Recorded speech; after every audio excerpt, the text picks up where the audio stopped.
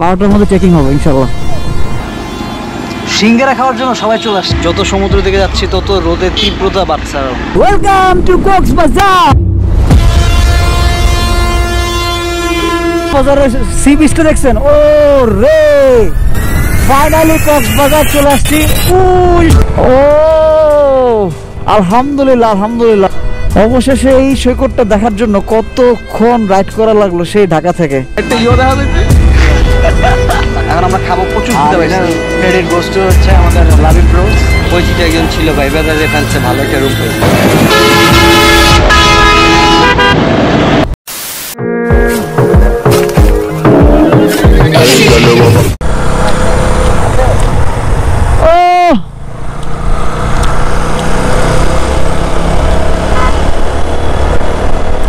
সামনে চকরিয়া, কক্সবাজার, টেকনাফ, মানে আর বেশি দূর নাই। এই বাজারের পুরো একটা ব্রেক দিব চায়ের। টানা বাইক চালাচ্ছি, চিটাগাং থেকে রওনা দিয়েছি, টানা বাইক চালাচ্ছি। রাত্রে রওনা দিয়ে ভালোই করছে। আসলে অনেকেই বলে যে রাত্রে কক্সবাজার রওনা দেওয়াটা বেটার। রাত্রে ঢাকা থেকে রওনা দিচ্ছি আর চট্টগ্রাম ঠিক ভোরবেলা চট্টগ্রাম চলে আসছে।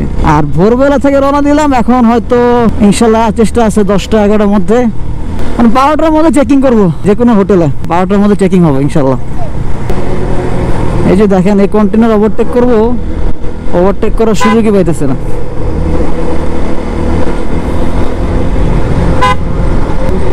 মানে ওভারটেক করার কোনো চান্সই নেই। ওরা যেমনি গাড়ি চালায়, আমি যে তাকাবো, তাকানোর কোনো ওয়ে নাই।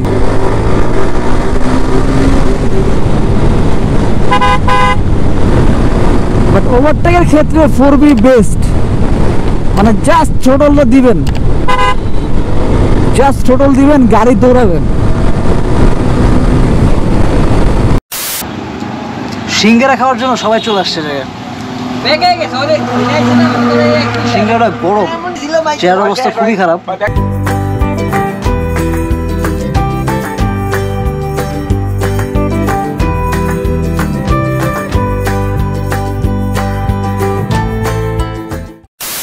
চেয়ারের অবস্থা হয়তো খুবই খারাপ। আমরা এখানে একটা ব্রেক দিছি, এখানে কিছু দাঁড়াইছি, তারপর চা খাবো। আর চা খাওয়াটা খুব জরুরি, চা না খেলে আসলে ঘুম ঘুম একটা ভাব আসতেছে। আর বাইরের ওয়েদারটা দেখেন, তখন কুয়াশা ছিল, এখন বলা যায় পুরাই রোদ পড়ে গেছে। যত সমুদ্র দিকে যাচ্ছি তত রোদের তীব্রতা বাড়ছে। আর রেস্ট টেস্ট নিয়ে দেন আমরা রওনা দিব। মাঝখানে যে মফস্বল এলাকাগুলা বাজারের মধ্যে, এটা একটু খুবই প্যারা দেয়। আর আমরা এখন বাইকগুলো দেখি, আর এই যে আমার বাইক, আর ওই যে সোহেলের বাইক দেখতে পেরেছেন, বাইকগুলোর অবস্থা খুবই খারাপ, ময়লা হয়ে গেছে বাইকগুলো। এইসব এলাকায় রং চা নাই, লিগার দিয়ে চা খাওয়া লাগতেছে, মানে কি একটা বিভস্ত অবস্থা। যে ভাইবটা দেখতে পাচ্ছেন দুই পাশে, এই যে বাম পাশে আর ডান পাশে। Welcome to Cox's Bazar. কক্সবাজারের ভাইবটা অন্যরকম।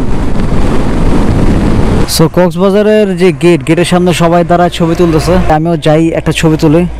আর এখানে এসে সবাই আড্ডা দেয়। এই যে আড্ডার একটা প্লেস বানাইছে অনেক সুন্দর, মানে কক্সবাজারে ঢোকার পরে সবাই এই জায়গায় একটু দাঁড়ায় ছবি তুলে। কক্সবাজারের এই রোডটা খুবই সুন্দর, মানে এত সুন্দরভাবে কলোনি করতেছি। ভালো ঠান্ডা ছিল, এখন আবার গরম। আর পাহাড়ের মাঝখান দিয়ে রাস্তাটা অসাধারণ। বাসের সাইজ এত বড় ভাই, ওভারটেক করাও একটু কষ্টকর। বাসের স্পিড এখন 80 থেকে 90, তার মানে আমার ওভারটেক করতে হবে 100-এ। থাক ভাই, আমি একটু আস্তে ধীরে বাইক চালাই, আপনাদেরকে দুই পাশের ভিউ দেখাই। বাজারের মধ্যে আসলে একটু ভয় করে, কখন কোন সময় কোন মানুষ কোন দিকে চলে আসে। আর এই যে লেগুনাগুলো ঠাস করে মাঝখানে ঢুকে দেন অটো। এখন বাজে 9টা 27, আর এই পর্যন্ত টোটাল রাইড হয়েছে 334 কিলোমিটার। যাক, কক্সবাজারে বর্ষাকালও আসছি, শীতকালও আসছি। ঠান্ডা পড়া গরমের মধ্যে এখনো আসিনি, দরকার নাই ভাই। বর্ষাকালের মধ্যে আসলেও একটু ভালো, আবার একটু রিস্কও আছে, রাস্তাঘাট ভিজা থাকে। বাট শীতকালে কক্সবাজারের মজা অন্যরকম। কক্সবাজারের রেল লাইন ঢাকা থেকে ডাইরেক্ট কক্সবাজার যাবেন এখন ডিসেম্বর থেকে, নভেম্বর না ডিসেম্বর থেকে মনে হয় ঢাকা থেকে ডাইরেক্ট রেল পথে আপনারা কক্সবাজার যেতে পারবেন। এখন ট্রেনের মজা আলাদা, ট্রেনের মজা, বাইকের মজা, বা গাড়িতে যান যারা, এক একটার মজা এক এক রকম। দেখ দেখ দেখ কি অবস্থা, আরে মানে চাপাই দিতেছে বাইক রে। ওরে ভাই, বাইক পুরো চাপাই দেয়, মানে ব্যাপারটা এরকম। নাম রাস্তা থেকে, মানে ওরাই রাজা।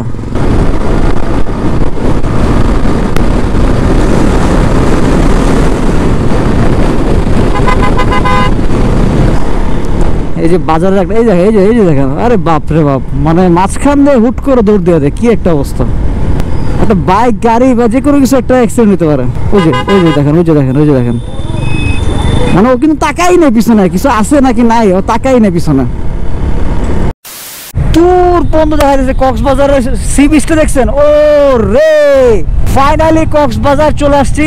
ওই সমুদ্র সৈকত দেখতে পাচ্ছেন, নীল সমুদ্র সৈকত, বাহ সেই রকম। ফাইনালি আমরা কক্সবাজার চলে আসছি। আজ একটা বিরাট ফাটাফাটি হই সমুদ্র সৈকতে অবশেষে আমরা ঢুকে পড়লাম। চলেন, বাইক নিয়ে যদি বিচের সামনে একটু না যাই তাহলে তো ব্যাপারটা জমবে না। একটু বিচের সামনে যাই বাইকটা নিয়ে।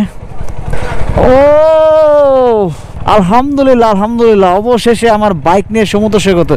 ভাই রে ভাই, এটা দেখার জন্য এত কষ্ট ভাই রে ভাই। অবশেষে এই সৈকতটা দেখার জন্য কতক্ষণ রাইড করা লাগলো সেই ঢাকা থেকে। আমার বাইকে 392 কিলোমিটার রাইড করছি আমি। কি পরিমাণ রোদ দেখছো, ওরে রোদ। তোমার ওটা গরম লাগতেছে না গায়ে? আমার তো একদম বিন্দাস। পড়ে গেছে প্রচুর রোদ গাইস, প্রচুর রোদ। এই যে ভ্রাম্যমান লকারের এখানে একটাই আছে, মানে কারো জিনিসপত্র হারাই গেলে এখান থেকে নিতে পারবে। এই যে টুরিস্ট পুলিশ বক্স। ভাই তোমার অনুভূতিটা বলো, কি অবস্থা? তুমি এতক্ষণ রাইড চালায় আসলা, এগুলো খুলে বলবো। আচ্ছা ঠিক আছে। আর ওদিকে হলো সোহেল ভাই, সে ভিডিও করতেছে, রিলস বানাইতেছে। মানে হরতাল অবরোধের কারণে সমুদ্র সৈকত পুরা ফাঁকা দেখেন, পুরা ফাঁকা। মানুষ কিন্তু একদমই নাই, হয়তো দুপুরবেলা হইতে পারে জানি না, বাট মানুষ কিন্তু একদমই দেখা যাইতেছে না। দেখেন পুরা সমুদ্র সৈকতটা পুরা ফাঁকা দেখা যাইতেছে। ওরে রোদ। আচ্ছা সোহেলের ফোন দাও, আমরা যেখানে আসছি। ও আইসা পড়ছে, ওই যে সোহেল চলে আসছে। কি পরিমাণ রোদের তাপ, প্রচুর রোদ। সুগন্ধা বিচ থেকে এখন আমরা লাবণী বিচের দিকে যাচ্ছি। সুগন্ধা বিচ থেকে লাবণী বিচে যাওয়ার পথে অনেক হোটেল দেখা যায়। এই পাশে ডান পাশে বাম পাশে প্রচুর হোটেল, এবং ডান পাশে কিন্তু ভিতরে অনেক হোটেল আছে। আপনি দামি কম দামি সব ধরনের হোটেল পাবেন। যাচ্ছি আমার এক বন্ধুর সাথে দেখা করার জন্য, যাই তারপরে একটা হোটেলে উঠে পড়বো। কক্সবাজার আছে এখন। ও কি শান্তি লাগতেছে, এত জার্নি করার পর এখন রিল্যাক্স। অবশেষে রুম পেয়ে গেলাম। আসলে এই হোটেলে রুম পাওয়ার জন্য বেশি কষ্ট করা লাগেনি। আমার বন্ধুই ছিল বুলবুল, এবং ওর পোস্টিং হচ্ছে কক্সবাজার র্যাবে। ও হচ্ছে র্যাবে আছে। সো ওকে ফোন দিলাম, ও এই রিগেল হোটেলে আমাদেরকে নিয়ে আসলো। ওই যে কোনায় যে বন্ধুরা, সে তার নামই হচ্ছে বুলবুল। সো বন্ধুকে নিয়ে আমরা এখন রুমের দিকে যাচ্ছি, আর রুমে গিয়ে আপনাদেরকে দেখাচ্ছি যে রুমটা আসলে কতটা সুন্দর। খুবই ব্যস্ত থাকে, ওকে খুব পাওয়া যায় না, বাট লাকিলি ওকে ফোন দিলাম, ওকে পেয়ে গিয়েছি। আর এই যে গাইস, রুমের মধ্যে ঢুকে পড়েছি। ঘটনা হচ্ছে এইটার ভিডিওটা করতেছে সাজ্জাদ আগে চলে গিয়েছিল। ওকে বলছে তুমি গিয়ে রুমের পুরো ভিডিও নিয়ে নাও, কজ আমরা আস্তে আস্তে রুমের অবস্থা খারাপ হয়ে যাবে। তো সাজ্জাদ উপরে গিয়ে ভিডিও নিতেছে, এবং এখানে কিন্তু কমপ্লিমেন্টারি দেখেন ব্রাশ, আপনার টুথপেস্ট, শ্যাম্পু সবকিছু এখানে দিয়ে দিয়েছে। আমরা এখানে 5 জন ছিলাম, সো 4টি ব্রাশ দিয়েছে, আমরা পরে এক্সট্রা নিয়ে নিয়েছি ব্রাশ। আর এটা হচ্ছে ডাবল দুইটা ডাবল বেড, পাশে সোফা, আর এখানে জানালার পাশে তেমন কিছু দেখার কিছু নাই। বাট সাজ্জাদ কেন যে জানালাটা খুললো না আমি এটাই বুঝলাম না, জানালার ভিউটা সে দেখাইলো না। যাই হোক, রুমটা কিন্তু গাইস অনেক সুন্দর। আর ওই যে রুমের কোণা দেখতে পাচ্ছেন এসি আছে। সো শীত আছে বলে এসি ছাড়বো না, ব্যাপারটা এরকম না, দিনের বেলা প্রচুর রোদ পড়ে। আর এই যে হচ্ছে ওয়াশরুম, এটা হাই কমোডের একটা ওয়াশরুমটা খুব নিট এন্ড ক্লিন একটা ওয়াশরুম। এখানে ডাস্টবিন দিয়েছে, বালতি দিয়েছে। তো ওয়াশরুমটা ভালোই ছিল। আমরা এই রুমটা পেয়ে খুবই খুশি। আর রুমের ভাড়াটা হচ্ছে মাত্র 1500 টাকা। ভাবা যায়, মানে কক্সবাজারে এই রিগেল হোটেলে আমরা 1500 টাকায় ডাবল দুইটা বেড পেয়েছি। এটা আসলে খুব ভালোই ছিল। রুম সার্ভিসটা খুব ভালো ছিল। আর এখন খাবার খেতে বের হবো, প্রচুর ক্ষুধা লাগছে, প্রচুর। অবশেষে রুম নিয়ে নিছি। রুম নিয়ে এখন আমার সাথে দেখেন কে আছে। ও পুরাই হাফ স্লিপ লাগায় ম্যাগি, একটা দেখা যায়। আর এই যে সাজ্জাদ, ও পুরাই রেডি মানে ভাই, খোদা লাগছে না, যেমন খাইতে হবে। এখন বলো যে অবশেষে রুমটা নিয়ে কেমন লাগলো বলো। হ্যাঁ, রুমটা খুবই ভালো হয়েছে। অল্প তেলে মচমচা ভাজার মতো অবস্থা না, রুমটা আসলে ভালো। এখন আমরা খাবো, প্রচুর খিদা পাইছে। ক্রেডিট গোস টু হচ্ছে আমাদের লাভি ব্রোস। ঠিক আছে,